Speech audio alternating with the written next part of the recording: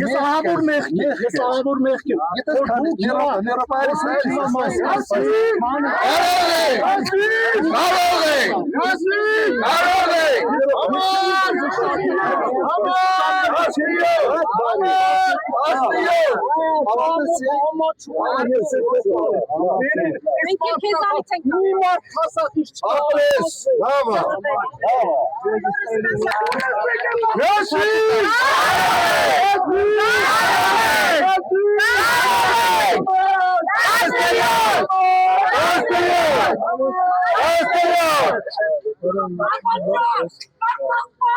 Եկել է հատուկ մարդ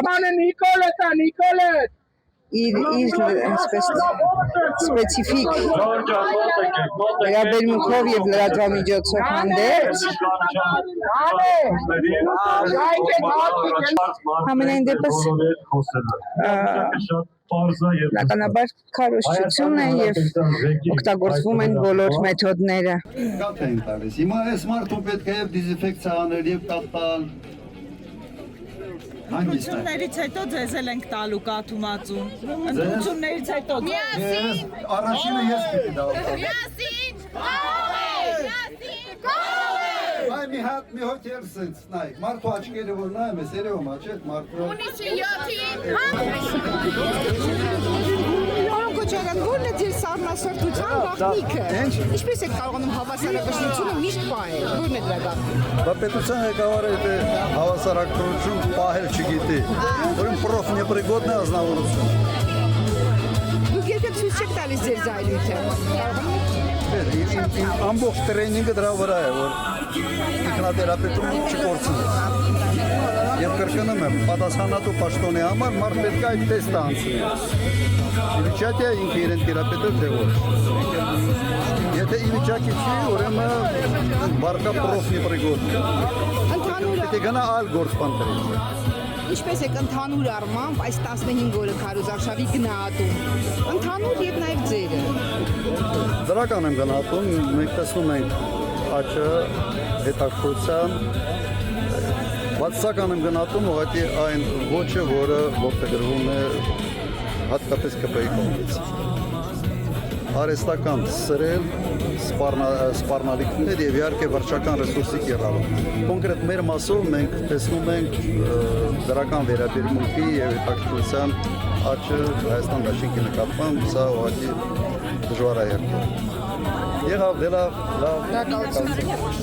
Մեր ասածը ձեզ հետևյալն է, օգնեք ազատվենք այս տեսակից, այս չարիքից, երկրին բերենք կայունություն, հանգստություն, անվտանգություն, բարգավաճում, արժանապատվություն ու գնանք առաջ։ Եվ դրա հնարավորությունը կա, այդ հնարավորությունը հունիսի 7-ին համար 10։ Շնորհակալ եմ։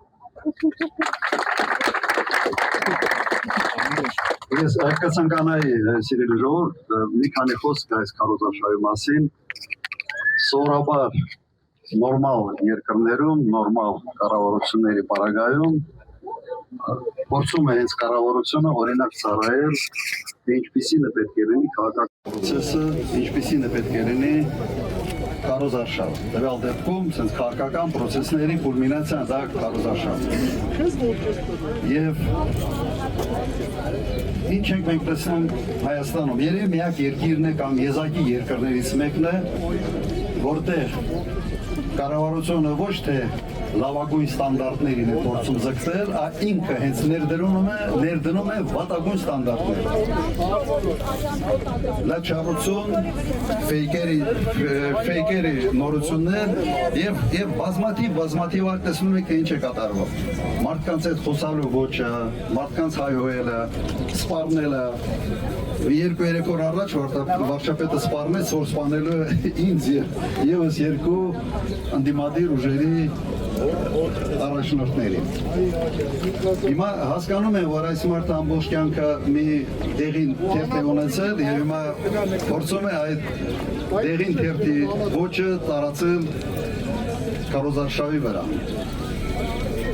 Սա իհարկե բերում է նման կարգի երևույթների, բայց մենք հանգիստ պետք է նայենք մարդիկ, որոնք մոլորված են մեր քաղաքացիներն են, նույնիսկ մեղք են այդ մարդիկ, որ այդ վիճակում են հայտնվել, բայց ինչ անենք, հիմա մենք պետք է գնանք առաջ եւ օր առաջ ազատվել այն կառավարությունից, որը այսպիսի վարկեր է հաստատում Հայաստանի Հանրապետությունը։ Ուղղակի անընդունել է այս ամենը եւ մենք պետք է ուղղակի մեր մոտեցումով, մեր ձայներով հունիսի 7-ին այդ հնարավորությունը ունենք վերջ տալ այս ամեն ինչին։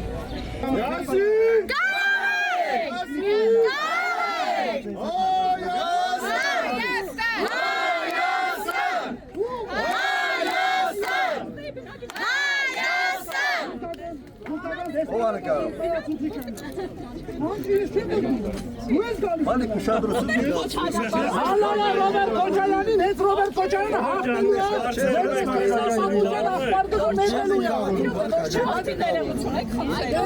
Դուք խնդրես Նարեկի հետ միասին։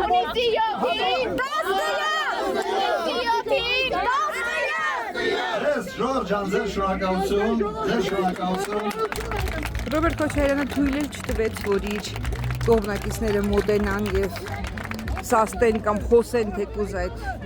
մարդու հետ, նշելով, որ նա շարը պետք է հեռանալ, եկել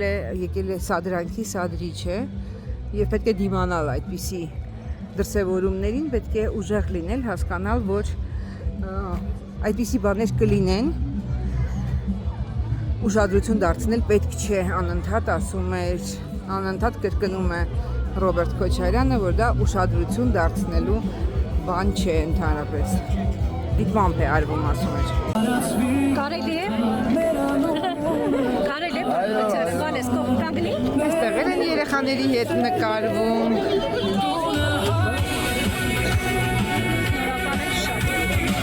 Հաղթանակ մեծ բոլորից։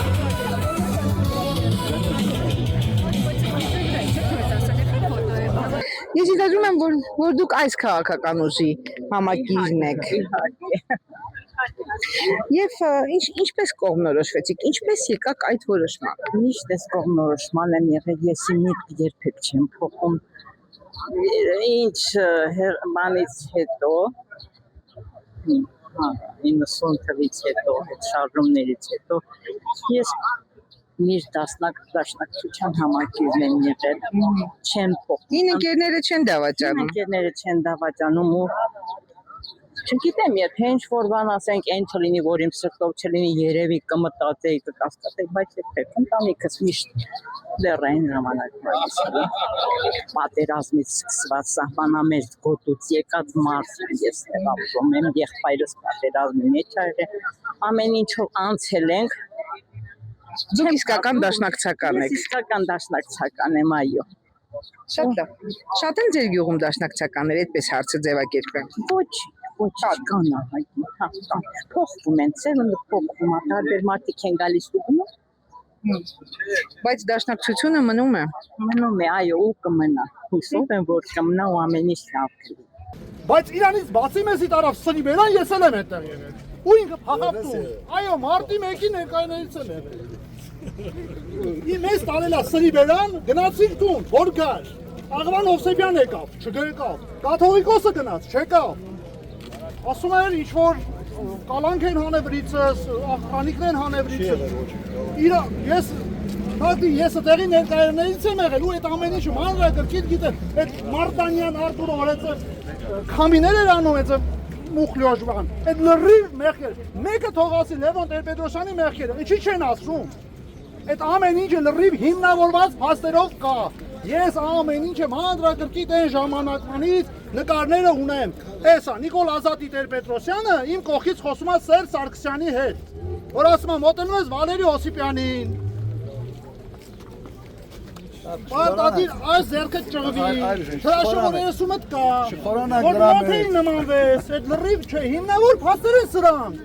ընչի չանենք, եթե իրանք կարում են անեն, մենք պետք է հակահարված տանք,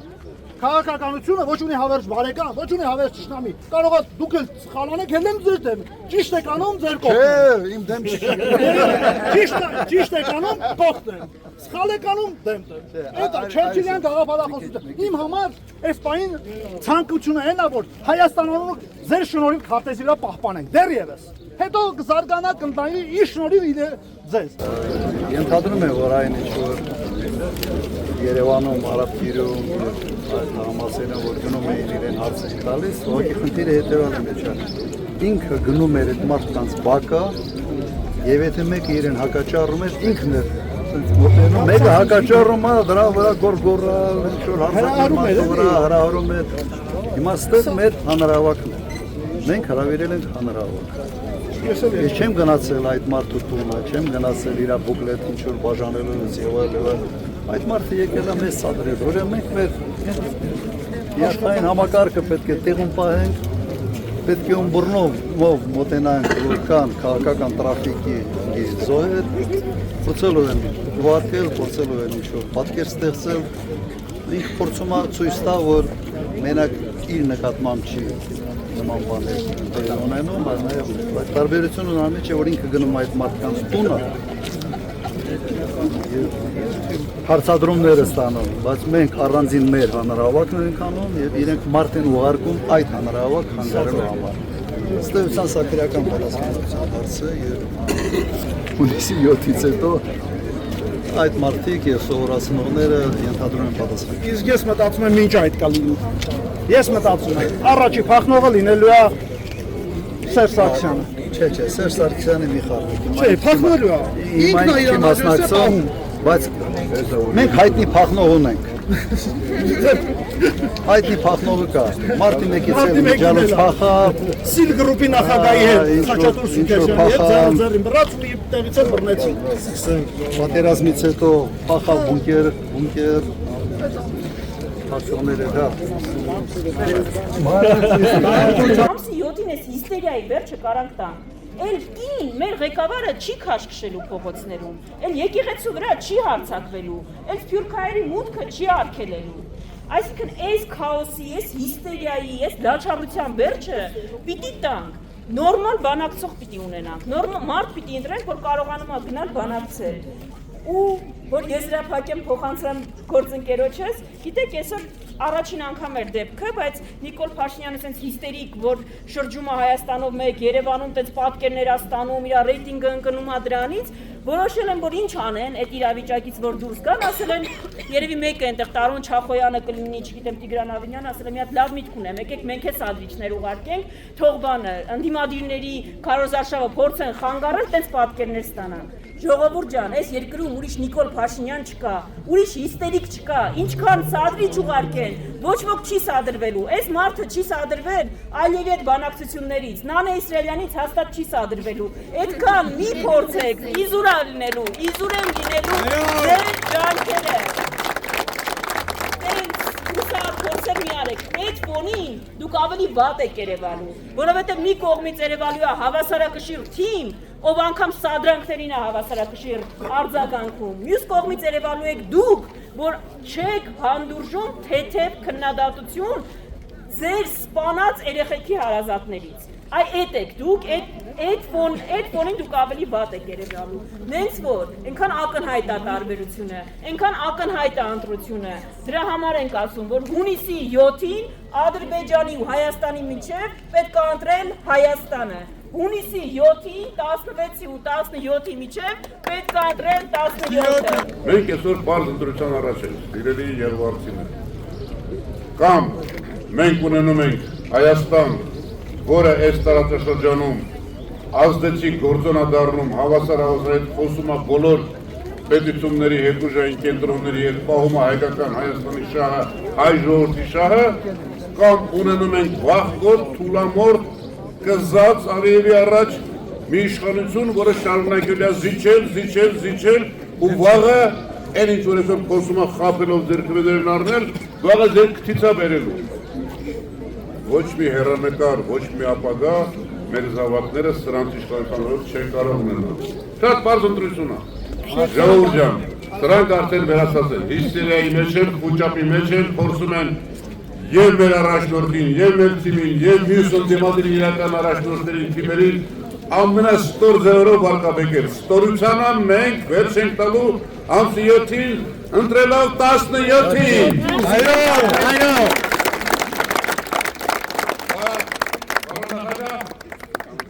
Հասկանալի, դուք կողմնորոշված եք։ Այո, կողմնորոշված եմ հստակ։ Դուք էլ, հա, այստեղ կողմնորոշված մարդիկ են, հա։ Գիտեք ինձ ինչն է այսօր ամենաշատը հետաքրքրում, որքան կլինի մասնակցությունը ընտրություններին։ Շատ մարդ կգնա ընտրության թե չէ։ Ես ինձքան որ 60 պլյուս լինելի է մասնակցություն։ Որտեղից եք այդ թիվը որոշել։ Ես թիվը վերցրել եմ այնտեղից, որ մեր ժողովուրդը իրոք օգնել է ու փոփոխության ակնկալիք ունի ու իր ձայնը բարձրացնելու ընտրությունների միջոցով։ Ու 60%-ով գնալու են։ 60 պլյուս, 60% չէ, 60 պլյուս, մինչև 70%-ի հասնելու անդրողների թիվը։